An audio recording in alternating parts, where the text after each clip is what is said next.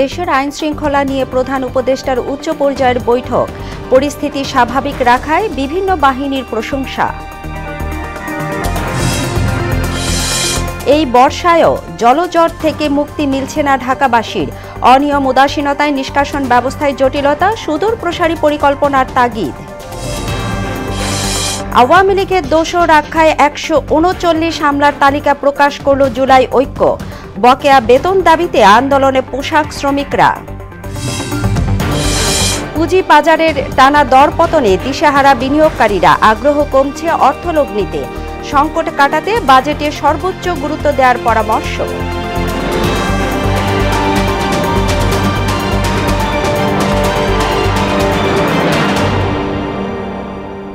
আসসালামু আলাইকুম, মোহনা সংবাদে স্বাগত।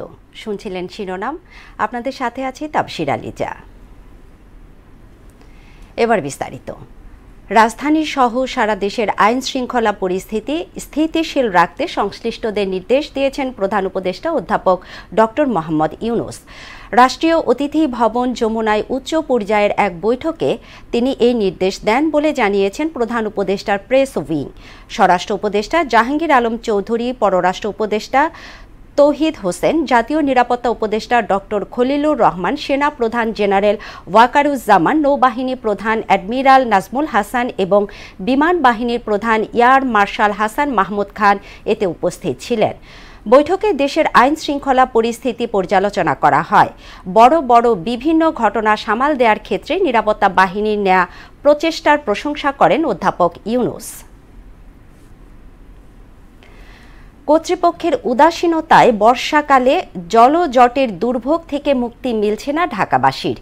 মূলত অনিয়ম অব্যবস্থাপনার কারণে জটিল থেকে জটিলতর হচ্ছে পানি নিষ্কাশন ব্যবস্থা। নগর পরিকল্পনাবিদদের মতে জলাবদ্ধতার কঠিন যন্ত্রণা থেকে মুক্তি পেতে সর্বাগ্রে দরকার সমন্বিত উদ্যোগ। এরপর নিতে হবে সুদূর প্রসারী পরিকল্পনা। জলাবদ্ধতা নিয়ে কাজী এহসান বিন দিদারের 2 পর্ব ধারাবাহিক প্রতিবেদনের শেষ কিস্তি আজ।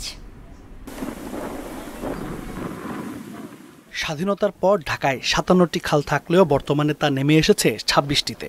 আগে এসব খাল ঢাকা ওয়াসার অধীনে থাকলেও 2020 সালের 31শে ডিসেম্বর দায়িত্ব দেওয়া হয় 2 সিটি কর্পোরেশনকে। মালিকানা বদল হলেও কাজের কাজ কিছুই হয়নি। এখন পর্যন্ত কোনো খালের পূর্ণাঙ্গ সীমানা নির্ধারণ কিংবা দখলমুক্ত করা যায়নি। ফলে সামান্য বৃষ্টিতেই তলিয়ে যায় পথঘাট। আরডিআরসির গবেষণায় জলাবদ্ধতার হটস্পটগুলোর মধ্যে অন্যতম Pallabi, Rupnagar, Mirpur 11, Shewrapara, Kazipara, Kafrul, Kalabagan, Dhanmondi 27, Kathalbagan, green road, Hatirpool, Hazaribagh, new market, Badda, Wari, Nawabpur, Siddique Bazar, Jurain এবং রায়েরবাগ।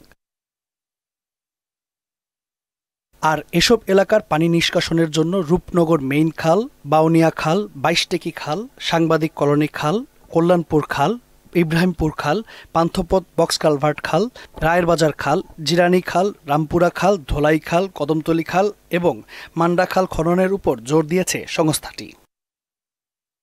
নগর পরিকল্পনাবিদদের মতে জলাবদ্ধতার ভোগান্তি নিরসনে 2 সিটি কর্পোরেশনের কার্যক্রমে সমন্বিত পরিকল্পনার অভাব রয়েছে। গড়িয়ে যাওয়ার পরে পরিমাণ 50-60% জায়গায় 80% হয়েছে, কারণ ঢাকাকে আমরা ঢেকে ফেলেছি। ফলে মাটির নিচে সিঞ্চিত হওয়ার পরিমাণ যেমনি করে কমেছে, গড়িয়ে যাওয়ার পরিমাণ তেমনি বেড়েছে।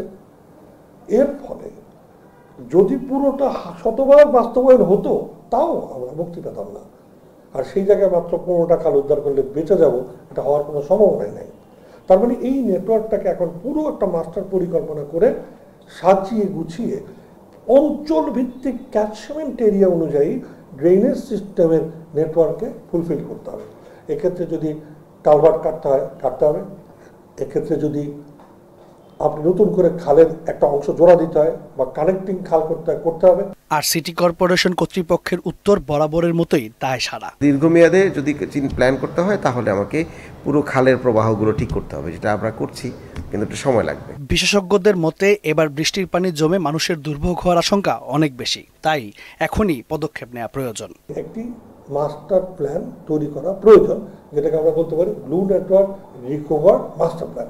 কাজী এহসান বিন দিদার, মোহনা সংবাদ, ঢাকা। মানবতা বিরোধী অপরাধে ক্ষমতাচ্যুত সাবেক প্রধানমন্ত্রী শেখ হাসিনা সহ বাকিদের বিচার সরাসরি সম্প্রচার করা যাবে, তবে তার আগে লাগবে আদালতের অনুমতি। ফেসবুক পোস্টে এমনটাই জানিয়েছেন চিফ প্রসিকিউটর তাজুল ইসলাম। এদিকে জনগুরুত্বপূর্ণ এবং সাংবিধানিক মামলার শুনানি কেন লাইভে সম্প্রচারের ব্যবস্থা করা হবে না, এই মর্মে রুল জারি করেছেন হাইকোর্ট। কাজী পাপুর প্রতিবেদন, জানাচ্ছেন নাসিমুল বারী সৌরভ।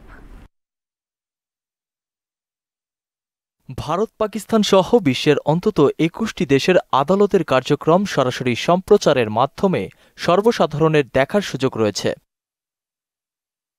জুলাই-আগস্ট আন্দোলনে মানবতা বিরোধী অপরাধের বিচারে স্বচ্ছতা নিশ্চিতে সংশোধন করা হয় আন্তর্জাতিক অপরাধ ট্রাইব্যুনাল আইন ১৯৭৩। এতে বিভিন্ন বিষয়ের সাথে যুক্ত করা হয় সরাসরি সম্প্রচারের বিধান। মঙ্গলবার ট্রাইব্যুনাল ১-এর এজলাস কক্ষে ক্যামেরাসহ অন্যান্য যন্ত্রপাতি লাগানো হয়। প্রসিকিউশন জানান, আদালতের অনুমতি সাপেক্ষে গণমাধ্যম এখন থেকে ট্রাইব্যুনালের বিচার কাজ সম্প্রচার করতে পারবে। আন্তর্জাতিক অপরাধ ট্রাইব্যুনালে যে বিচার কার্য চলবে সেগুলোকে ট্রাইব্যুনালের অনুমতি সাপেক্ষে রেকর্ড করা যাবে এবং তা ব্রডকাস্ট করা যাবে সোশ্যাল মিডিয়াতে অথবা অন্য কোনো মাধ্যমে। এদিকে হাইকোর্ট ও আপিল বিভাগে দায়ের করা জনগুরুত্বপূর্ণ ও সংবিধান সংক্রান্ত মামলার শুনানি সরাসরি সম্প্রচার করার নির্দেশনা কেন দেওয়া হবে না জানতে চেয়ে রুল জারি করেছেন হাইকোর্টের একটি বেঞ্চ। জনগুরুত্বপূর্ণ এবং সাংবিধানিকভাবে গুরুত্বপূর্ণ মামলাসমূহ যা উচ্চ আদালতে শুনানি হয় তা সরাসরি ব্রডকাস্ট করার ব্যবস্থা করা হবে না, এই মর্মে একটি রুল জারি করেছেন এবং আগামী ২৬শে জুন ২০২৫-এ পরবর্তী আদেশের জন্য দিন নির্ধারণ করেছেন। আমরা আশা করব যে এই ব্যবস্থা যদি আমাদের উচ্চ আদালতে ইন্ট্রোডিউস করা যায়, ভারতের মতো, পাকিস্তানের মতো, ইংল্যান্ড, আমেরিকা সহ ২১টা দেশের সিস্টেম আমরা দেখিয়েছি, যেখানে আমাদের চাইতেও আরও দুর্বল দেশেও এই ধরনের টেকনিক্যাল ব্যবস্থা চালু আছে। আইনজীবীরা জানান, উচ্চ আদালতে জনগুরুত্বপূর্ণ মামলার বিচার কাজ দেশের নাগরিকরা সরাসরি দেখতে পারলে স্বচ্ছতা ও জবাবদিহিতা নিশ্চিত হবে। সংবিধানের ৩৫ অনুচ্ছেদ অনুযায়ী এটা নাগরিকদের অধিকারও। নাসিমুল বারী সৌরভ, মোহনা সংবাদ, ঢাকা। আওয়ামী লীগের দোসর আখ্যা দিয়ে ৪৪ আমলা এবং ৯৫ ম্যাজিস্ট্রেটের তালিকা প্রকাশ করেছে জুলাই ঐক্য কর্মকর্তার চাকুরিচ্যুত এবং তদন্তের দাবি জানায়। লিখিত বক্তব্যে বলা হয়, আমলারা দীর্ঘদিন ধরে সরকারকে সহায়তা করে এসেছে। এছাড়া স্বৈরাচারের দোসরদের তালিকা বিভিন্ন সেক্টরে সম্প্রসারণের ঘোষণাও দেয় সংগঠনটি। জুলাইয়ের মধ্যে ৮ দফা দাবি বাস্তবায়নের আহ্বান জানানো হয়। প্রধান উপদেষ্টার বাসভবন অভিমুখে মার্চ টু যমুনা কর্মসূচি করছেন পোশাক শ্রমিকরা। মঙ্গলবার বকেয়া বেতন পরিশোধের দাবিতে মিছিল নিয়ে যমুনা অভিমুখে যাত্রা করে তারা। পরে পুলিশের বাধার মুখে কাকরাইল মোড়ে অবস্থান নিয়েছে আন্দোলনকারীরা। বেতনের দাবিতে ব্যানার হাতে স্লোগান দিতে দিতে পল্টনের দিক থেকে যমুনার উদ্দেশ্যে এগিয়ে আসেন পোশাক শ্রমিকরা। এরপর কাকরাইল মোড়ে পুলিশ তাদের বাধা দিলে আন্দোলনকারীরা কাকরাইল মোড় অবরোধ করে সেখানে বসে বিভিন্ন স্লোগান দিতে থাকেন। বিএনপি নেতা ইশরাক হোসেনকে ঢাকা দক্ষিণ সিটি কর্পোরেশনের মেয়র ঘোষণার দাবিতে লাগাতার কর্মসূচি পালন করছেন তার সমর্থকরা। ষষ্ঠ দিনের কর্মসূচি হিসেবে মঙ্গলবার ফের নগর ভবনের সামনে অবস্থান নিয়ে বিক্ষোভ করেন তারা। এদিকে ইশরাক হোসেনকে ঢাকা দক্ষিণ সিটি কর্পোরেশনের মেয়র ঘোষণা করে নির্বাচন কমিশনের প্রকাশিত গেজেট স্থগিত চেয়ে হাইকোর্টে করা আবেদনের শুনানি কাল পর্যন্ত মুলতবি করা হয়েছে। কাজী পাপুকে নিয়ে আরও জানাচ্ছেন মাহবুব হাসান রিপন। বিএনপি নেতা ইশরাক হোসেনকে ঢাকা দক্ষিণ সিটি কর্পোরেশনের মেয়র ঘোষণার দাবিতে ষষ্ঠ দিনের মতো কর্মসূচি পালন করছে তার সমর্থকরা। মঙ্গলবার সকাল থেকেই নানা স্লোগানে উত্তাল হয়ে ওঠে রাজধানীর নগর ভবনের সামনের সড়ক। জনগণে ভোট দিয়ে নির্বাচিত করছে ইশরাক হোসেনকে মেয়র হিসাবে, নগর পিতা হিসাবে তাকে আমরা দেখতে চাই। ইশরাক ভাই অনেক ভালো লোক, তার বাবাও ছিল ভালো লোক। আমরা চাচ্ছি যে ভালোভাবে এখানে বসুক। স্থানীয় সরকার মন্ত্রণালয়ে যে দুর্নীতি রয়েছে সেই দুর্নীতি যাতে ধরা না পড়ে, এই জন্যই ইঞ্জিনিয়ার ইশরাক হোসেনকে নগর ভবনে বসতে দেওয়া থেকে ব্যাহত করছে। বিক্ষোভকারীরা জানান, মেয়র ঘোষণা না আসা পর্যন্ত আন্দোলন চালিয়ে যাবেন তারা। এ সময় উপদেষ্টা আসিফ মাহমুদের পদত্যাগও দাবি করেন তারা। আসিফ ভুইয়ার তার ইচ্ছে মতো সে আইন এবং কানুন দেখাচ্ছে। যে আইন কানুন আজকে যদি আমাদের প্রশ্ন থাকে ঢাকাবাসীর যে সে কোন কানুন কোন আইনের বলে সে আজকে উপদেষ্টা হয়েছে। স্থানীয় সরকার আসিফ মাহমুদ তিনি এই শপথ এবং দায়িত্ব প্রদান নিয়ে তালবাহানা করছেন, এক কথা চক্রান্ত করছেন। তো আমরা বলতে চাই এ সকল চক্রান্ত চলবে না। দুর্নীতিতে জড়াই গেছে, ক্ষমতার লালসা পেয়ে গেছে, ক্ষমতাকে অপব্যবহার করার সর্বোচ্চ বল প্রয়োগ করার চেষ্টা করতেছে। যতদিন পর্যন্ত আমাদের দাবি মানা না হবে ততদিন পর্যন্ত আমাদের দাবি এখানে আমরা বসে আমাদের দাবি আদায় করে তারপরে বাসায় ফিরব। এদিকে ইশরাক হোসেনকে মেয়র ঘোষণা করে নির্বাচন কমিশনে প্রকাশিত গেজেট স্থগিত চেয়ে হাইকোর্টে করা রিট আবেদনের শুনানি বুধবার পর্যন্ত মুলতবি করা হয়েছে। বিচারপতি মোহাম্মদ আকরাম হোসেন চৌধুরী ও বিচারপতি দেবাশিস রায় চৌধুরীর সমন্বয়ে গঠিত হাইকোর্ট বেঞ্চে আলোচিত এ মামলার শুনানি হয়। আগামীকাল দুপুর 12টার আদেশ রাখছেন, সেখানে যদি কারো কোনো আর বক্তব্য থেকে বক্তব্য শুনবেন, কালকে আশা করি ইনশাল্লাহ আদেশ দেবেন। মাহবুব হাসান রিপন, মোহনা সংবাদ, ঢাকা। পরিকল্পিতভাবে নির্বাচন পিছিয়ে জনগণকে ভোটের অধিকার থেকে বঞ্চিতের পাঁয়তারা চলছে বলে মন্তব্য করেছেন বিএনপি মহাসচিব মির্জা ফখরুল ইসলাম আলমগীর। আগামী 30 মে সাবেক রাষ্ট্রপতি ও বিএনপির প্রতিষ্ঠাতা জিয়াউর রহমানের 44তম শাহাদত বার্ষিকী উপলক্ষে কর্মসূচি প্রণয়নে দলের যৌথ সভায় ভার্চুয়ালি যুক্ত হয়ে এই কথা বলেন তিনি। এসব চক্রান্ত ষড়যন্ত্র মোকাবেলায় নেতাকর্মীদের সজাগ থাকার আহ্বানও জানান মহাসচিব। গভীর এক চক্রান্তের অংশ একজন জাতীয়তাবাদী নেতাকে, দেশপ্রেমিক নেতাকে, যে নিজের জাতিকে গড়ে তুলতে চেয়েছেন, তাকে সাম্রাজ্যবাদীরা, আধিপত্যবাদীরা কখনোই ভালো চোখে দেখেনি। পরিকল্পিতভাবে নির্বাচনকে পিছিয়ে দেওয়া, জনগণের যে অধিকার সেই অধিকার থেকে জনগণকে বঞ্চিত করা এবং ভোটের অধিকার থেকে বঞ্চিত করবার একটা পায়তারা শুরু হয়েছে। এবং আপনারা নিশ্চয়ই লক্ষ্য করেছেন যে বিভাজনের রাজনীতি আবার শুরু হয়েছে। এখানে গোত্রে গোত্রে যে বিভাজন সৃষ্টি করার চেষ্টা করা হচ্ছে। কিছু মানুষ যারা সরকারের মধ্যে অনুপ্রবেশ ঘটিয়েছে, অনুপ্রবেশ ঘটিয়ে বাংলাদেশকে ভিন্ন দিকে নিয়ে যাওয়ার চেষ্টা করছে। এদিকে নির্বাচন নিয়ে অন্তর্বর্তী সরকার শেখ হাসিনার মতোই টালবাহানা করছে বলে অভিযোগ করেছে বিএনপি। গণতন্ত্র পুনঃপ্রতিষ্ঠায় দেশের মানুষ আর কতদিন অপেক্ষা করবে এমন প্রশ্নও তোলেন দলের নেতারা। জুলাই আগস্ট আন্দোলনে নিহতদের বিচার এবং আহতদের চিকিৎসায় সরকার ব্যর্থ বলে অভিযোগ তাদের। তানজিদ ভুঁইয়ার প্রতিবেদন। আমরা বিএনপি পরিবারের উদ্যোগে জুলাই গণঅভ্যুত্থানে আহত রাকিবুল হাসানের পরিবারকে দেখতে খিলক্ষেতের বাসায় যান বিএনপির সিনিয়র যুগ্ম মহাসচিব রুহুল কবির রিজভী। এ সময় রাকিবুলের পরিবারকে নগদ অনুদান তুলে দেন তিনি। পরে সাংবাদিকদের বলেন, জুলাই আন্দোলনে আহতদের চিকিৎসা ও নিহতদের বিচারে ব্যর্থ অন্তর্বর্তী সরকার। নির্বাচন নিয়ে অন্তর্বর্তী সরকার টালবাহানা করছে বলে অভিযোগও করেন তিনি। তারা যদি সত্যি সততার উপর ভিত্তি করে কাজ করতেন তাহলে নির্বাচনের ডেডলাইন দিতেন, নির্বাচনের তারিখ ঘোষণা করতেন। অনেক ক্ষেত্রেই হাসিনার আমলের চাইতে কেন জানি অন্তর্বর্তীকালীন সরকারের অনেক বৈশিষ্ট্য মিলে যায়। এটা জনগণ প্রত্যাশা করেন। একই আইনে যদি সাদাত হতে পারে তাহলে ইশরাক কেন হতে পারবে না? কিন্তু সরকারের পক্ষ থেকে গায়ের জোর খাটানো হচ্ছে। এদিকে জাতীয় গণতান্ত্রিক পার্টি জাকপার প্রতিষ্ঠাতা শফিউল আলম প্রধানের 8ম মৃত্যুবার্ষিকী উপলক্ষে জাতীয় প্রেস ক্লাবে এক আলোচনা সভায় বিএনপির স্থায়ী কমিটির সদস্য নজরুল ইসলাম খান সংস্কার, গণহত্যার বিচার ও জাতীয় নির্বাচনের উপর জোর দেন। সংস্কার আর গণহত্যা পরস্পর বিরোধী না, এটা পরিপূরক। একটার জন্য আরেকটাকে আটকে রাখার কোনো সুযোগ নেই। সেই জন্য আমরা বলি বিচারও হতে হবে, সংস্কারও হতে হবে, নির্বাচনও হতে হবে। জাতীয় প্রেস ক্লাবে জাতীয়তাবাদী সাংস্কৃতিক দলের আলোচনা সভায় যোগ দেন বিএনপির ভাইস চেয়ারম্যান শামসুজ্জামান দুদু। আওয়ামী লীগের টাকায় বিএনপি রাজনীতি করছে এমন অভিযোগ নাকচ করে দেন তিনি। হিসাব করে কথা বলা, হিসাব করে চলা আর গণতান্ত্রিক রীতিনীতি মানা, এটি যদি ব্যর্থ হয় তাহলে ফ্যাসিস্টদের তুমি একজন হিসাবে নিজেকে চিহ্নিত করো। দেশ যেদিকে যাচ্ছে সেখানে সন্দেহ বিশ্বাস বাড়ছে। সরকারের প্রতি মানুষের যে সমর্থন, আশা ছিল, বিশ্বাস ছিল, সেই সমর্থন, বিশ্বাস, আশা আস্তে আস্তে টুটে যাচ্ছে। তানজিদ ভুঁইয়া, মোহনা সংবাদ, ঢাকা। আমরা রাজনৈতিক দল নিবন্ধন আইনের বিরোধিতা করেছে বিপ্লবী গণজোট। মঙ্গলবার দুপুরে নির্বাচন ভবনে কমিশনের সাথে বৈঠক শেষে এ বিষয়ে জানান জোটের প্রধান সমন্বয়ক আব্দুল মোনেম। বলেন, ভোটে আস্থা ফিরিয়ে আনতে এবং জাল ভোট মুক্ত নির্বাচন করতে নির্বাচনী প্রচারণা ইসির তত্ত্বাবধানে রাখা সহ বেশ কিছু সুপারিশ করা হয়েছে। জাতীয় পরিচয়পত্রের তথ্য থেকে ভোটার কার্ড তৈরির পরামর্শ দিয়ে কার্ডের সংখ্যার উপর ভিত্তি করে ব্যালট পেপার ছাপানোর পরামর্শ দেয় বিপ্লবী গণজোট। প্রচারণার দায়িত্ব নির্বাচন কমিশনকে নিতে হবে। কোনো প্রার্থী ব্যক্তিগতভাবে কোনো প্রচারণা চালাইতে পারবে না। যদি ব্যক্তিগতভাবে প্রচারণা চালান তাহলে তার প্রার্থিতা বাতিল করে দিতে হবে।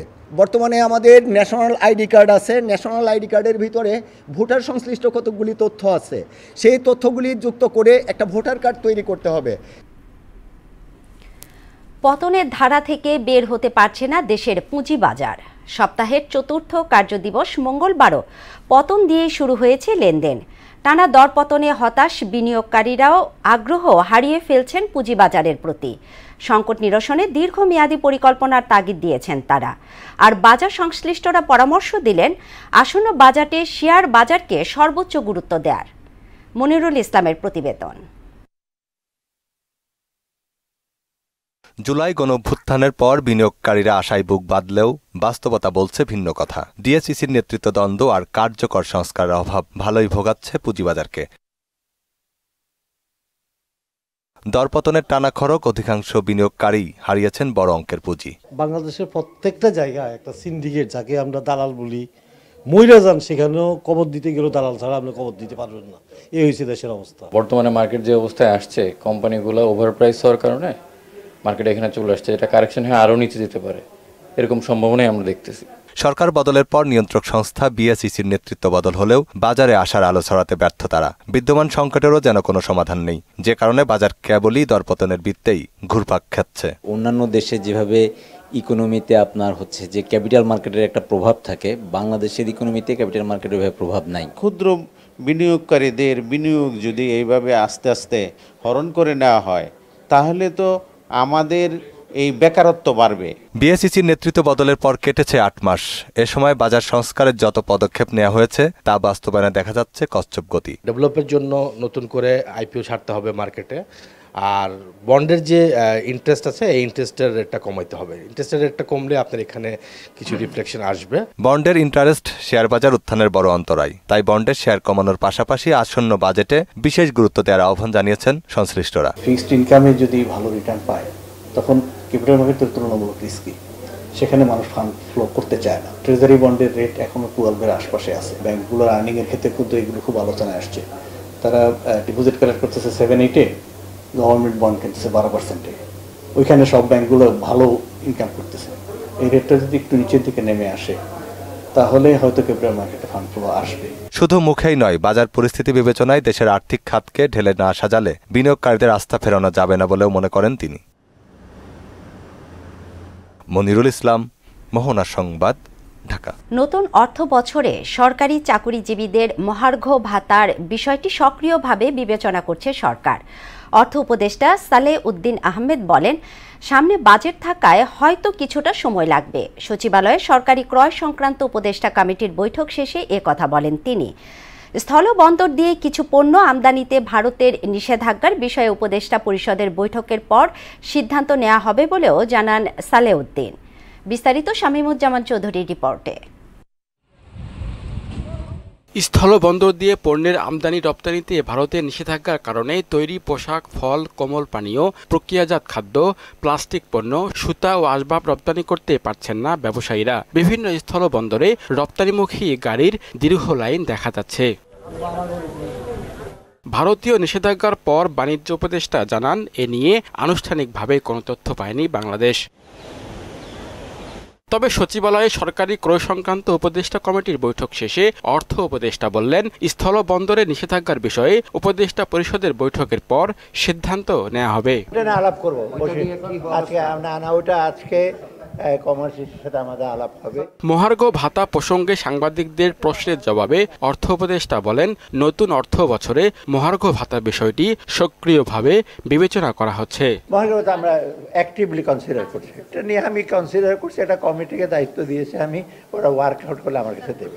হওয়ার চান্স মোটামুটি, কিন্তু হয়তো একটু সময় লাগবে। আমি বাজেটের ওয়ার্কআউট করে দেখি কখন থেকে দিতে পারবো, কত দিতে পারবো। এনবিআর কর্মকর্তাদের কলম বিরতি পালন করে লাভ নেই উল্লেখ করে সালেউদ্দিন আহমেদ বলেন, বিলুপ্তির সিদ্ধান্ত বাস্তবায়নে বদ্ধপরিকর সরকার। শামীমুজ্জামান চৌধুরী, মোহনা সংবাদ, ঢাকা।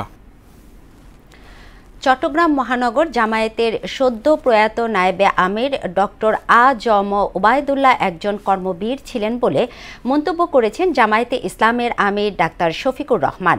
মঙ্গলবার চট্টগ্রাম ইঞ্জিনিয়ার্স ইনস্টিটিউশন মিলনায়তনে আয়োজিত স্মরণ সভা এবং দোয়া মাহফিলে তিনি আরও বলেন, গুণী মানুষ যতদিন বেঁচে থাকে ততদিন সমাজ তার মূল্য বুঝে না।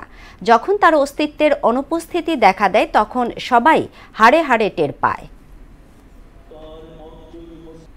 গুণী মানুষ যতদিন বেঁচে থাকে তার কদর অনেক সময় সমাজ বুঝে না, কিন্তু যখন তার অস্তিত্বের অনুপস্থিতি দেখা দেয় তখন সবাই হাড়ে হাড়ে টের পায়। তার ইন্তেকাল নতুন করে চট্টগ্রামের সমাজ, রাজনীতি এবং সংস্কৃতিতে একটা রেনেসার জন্ম দেব, আমি আল্লাহর দরবারে দোয়া করি। অপহরণের পর ধর্ষণ মামলায় কণ্ঠশিল্পী মাইনুল আহসান নোবেলকে কারাগারে পাঠানোর আদেশ দিয়েছেন আদালত। অন্যদিকে জুলাই আগস্ট আন্দোলনে হত্যা চেষ্টা মামলায় জামিনে মুক্ত হয়েছেন চিত্রনায়িকা নুসরাত ফারিয়া। বুশরা জাহানের ডেস্ক রিপোর্ট। অপহরণ করে ধর্ষণের অভিযোগে দায়ের করা মামলায় সোমবার রাতে গ্রেফতার করা হয় শোবিজ তারকা কণ্ঠশিল্পী মাইনুল আহসান নোবেলকে। মঙ্গলবার দুপুরে তাকে আদালতে হাজির করে কারাগারে আটক রাখার আবেদন করেন মামলার তদন্ত কর্মকর্তা। আর আসামি পক্ষের আইনজীবীরা জামিন চেয়ে আবেদন করেন। ওনাকে আজকে একটা মিথ্যা অভিযোগ, কারণ ওনার ওয়াইফ ছিলেন, যে ওয়াইফ বর্তমানে অন্তঃসত্ত্বা, আমরা সংসার করব বলে বিজ্ঞ আদালতে সাবমিট করেছি। কারণ উনি যেহেতু আমাদের বিয়ে হয় নভেম্বর 2024-এ, আমরা বিয়ের কাগজপত্র আজকে দাখিল করতে পারিনি, কারণ ইনস্ট্যান্ট আসামিকে ধরে নিয়ে আসাতে আমরা যোগাযোগ না করতে পারি এবং কাবিননামা সংগ্রহ করতে না পারায় আমরা দাখিল করতে পারিনি। সামাজিক যোগাযোগের মাধ্যমে তার সঙ্গে আজকের আসামি নোবেলের সঙ্গে তার পরিচয় হয়। পরিচয় হওয়াতে সর্বপ্রথম তাকে গত 12-11-24 তারিখে সে তার সঙ্গে দেখা করতে বলে। দেখা করার কারণে তাকে তার স্টুডিওতে নিয়ে যাওয়ার কথা বলে, যেহেতু তার একটা গানের স্টুডিও আছে। সেখানে না নিয়ে তাকে একটি বাসায় নিয়ে যায়, নিয়ে তাকে বিভিন্ন ধরনের তার সঙ্গে সে শারীরিক সম্পর্ক করে এবং তার বিভিন্ন ধরনের ছবি টবি সংগ্রহ করে রাখে বিভিন্ন ধরনের, এবং এটার ভয় দেখিয়ে তার সঙ্গে সে সম্পর্ক করতে থাকে। শুনানি শেষে ঢাকার মেট্রোপলিটন ম্যাজিস্ট্রেট জিয়াউদ্দিন আহমেদ জামিন আবেদন নামঞ্জুর করে নোবেলকে কারাগারে পাঠানোর আদেশ দেন। এদিকে ভাটারা থানার হত্যা চেষ্টা মামলায় গ্রেফতার অভিনেত্রী নুসরাত ফারিয়া জামিনে মুক্ত হয়েছে। গাজীপুরের কাশিমপুর কারাগার থেকে মঙ্গলবার বিকেলে বের হয়ে আসেন তিনি। এর আগে আসামি পক্ষের আবেদনের পরিপ্রেক্ষিতে নুসরাত ফারিয়ার জামিন মঞ্জুর করেন ঢাকার chief metropolitan magistrate Mustafizur Rahman. সোমবার থাইল্যান্ড যাওয়ার সময় শাহজালাল বিমানবন্দর থেকে ঢাকাই চলচ্চিত্রের নায়িকা নুসরাত ফারিয়াকে আটক করা হয়। বুশরাত জাহান, মোহনা সংবাদ। চট্টগ্রাম বন্দরের এনসিটি ও সিসিটি টার্মিনাল বিদেশি কোম্পানির কাছে হস্তান্তর উদ্যোগের প্রতিবাদে মশাল মিছিল করেছে জাতীয়তাবাদী শ্রমিক দল। সংগঠনটির নেতারা বলেন, জাতীয় এবং অর্থনৈতিক স্বার্থকে পাশ কাটিয়ে নেওয়া কোনো সিদ্ধান্ত মেনে নেওয়া হবে না। সব টার্মিনাল নিজস্ব ব্যবস্থাপনায় পরিচালনা করতে হবে। রিয়াজউদ্দিনের প্রতিবেদন, জানাচ্ছেন তাহসিন তারিন। রাতের আধারে প্রজ্বলিত মশাল, তার সঙ্গে প্রতিবাদের গর্জন। চট্টগ্রাম শহরের বুকে শ্রমিকদের স্লোগানে মুখর ছিল রাস্তাঘাট। বিদেশি কোম্পানির কাছে টার্মিনাল হস্তান্তরে সরকারি উদ্যোগের বিরুদ্ধে এই প্রতিবাদ কর্মসূচি পালন করেন জাতীয়তাবাদী শ্রমিক দল। শ্রমিকদের অভিযোগ, এনসিটি ও সিসিটি টার্মিনাল বিদেশিদের হাতে তুলে দেওয়ার মাধ্যমে জাতীয় স্বার্থকে জলাঞ্জলি দেয়া হচ্ছে, যা দেশের অর্থনৈতিক নিরাপত্তার জন্য হুমকির। আমাদের এনসিটি সাজানো সংসারে আমরা বিদেশিদের হাতে দিব না। আমাদের এনসিটিতে বিনিয়োগ করার কোনো সুযোগ নেই। এখানে মনে করেন যে 5 থেকে 6,000 কোটি টাকার যন্ত্রপাতি সহ এভরিথিং সহ এখানে আমাদের বন্দর কর্তৃপক্ষ ইনভেস্ট করছে, তাহলে তারা কিন্তু কোনো ইনভেস্ট করছে না। বিদেশিদেরকে দিলে ক্ষতি নেই, বিদেশিরা আসুক, আমাদের বিদেশি বিনিয়োগ, তবে সেটা কোনো নির্মিত স্থানে না।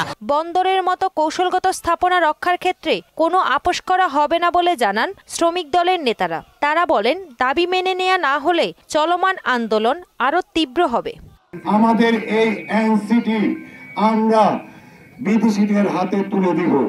আমার মাথায় ধরে না, গত বছর আমরা 1250 কোটি টাকা নেট লাভ করেছি। আমাদের জীবন থাকতে সিসিটি এনসিটি বিদেশিদের হাতে যাবে না।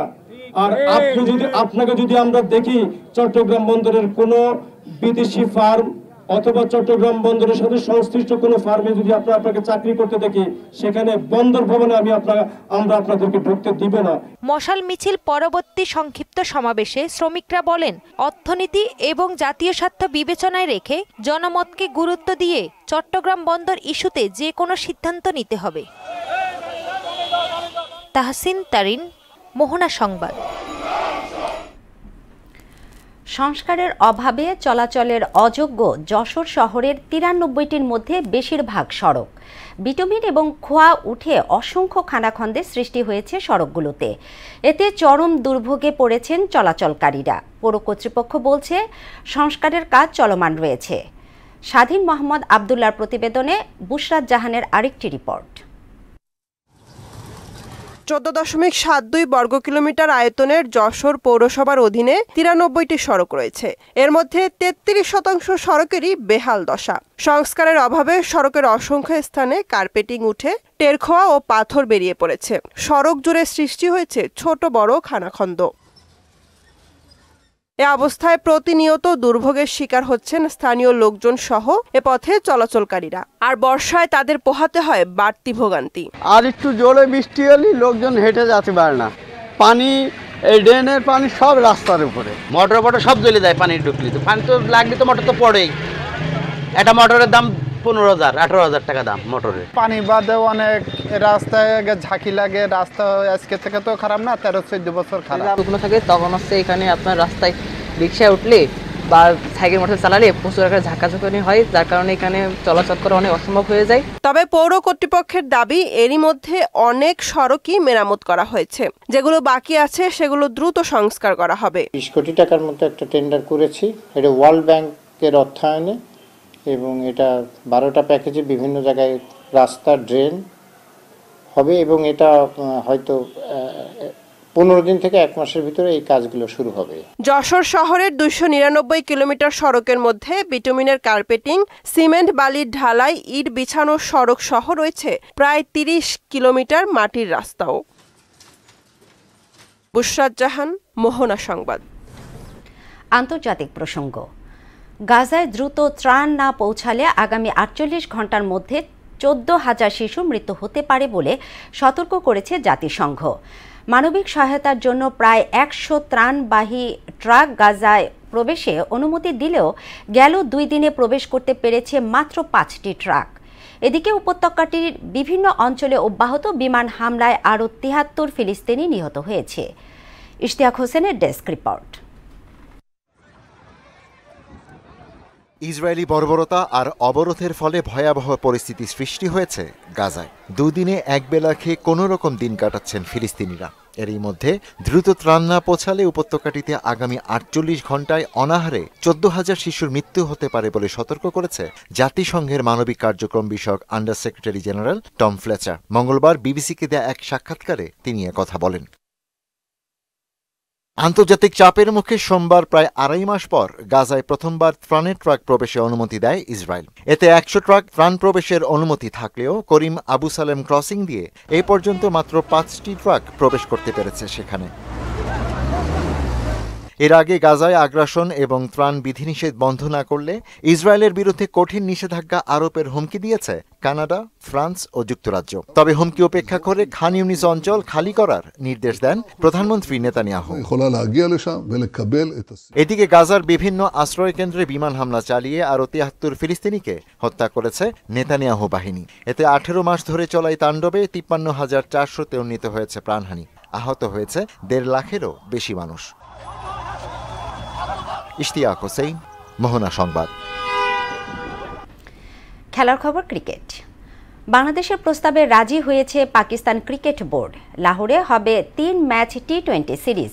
পিসিবি জানিয়েছে 5 ম্যাচে টি-20 সিরিজ হওয়ার কথা থাকলেও তা হবে 3 ম্যাচ।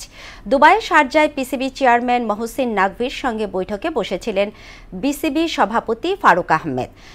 বৈঠকে ক্রিকেট অপারেশনস চেয়ারম্যান নাজমুল আবিদিনও উপস্থিত ছিলেন। সেখানেই এ বিষয়ে চূড়ান্ত সিদ্ধান্ত হয়েছে। 3 ম্যাচের সিরিজের সূচি এখনও চূড়ান্ত হয়নি, তবে সবগুলো ম্যাচই লাহোরে হওয়ার কথা। লাহোরে 25 মে PSL এর ফাইনাল। এরপর বাংলাদেশ পাকিস্তানের 3 ম্যাচের টি-20 সিরিজটি হবে সেখানেই। শেষ করছি মোহনা সংবাদ, তবে যাওয়ার আগে শিরোনামগুলো আরও একবার।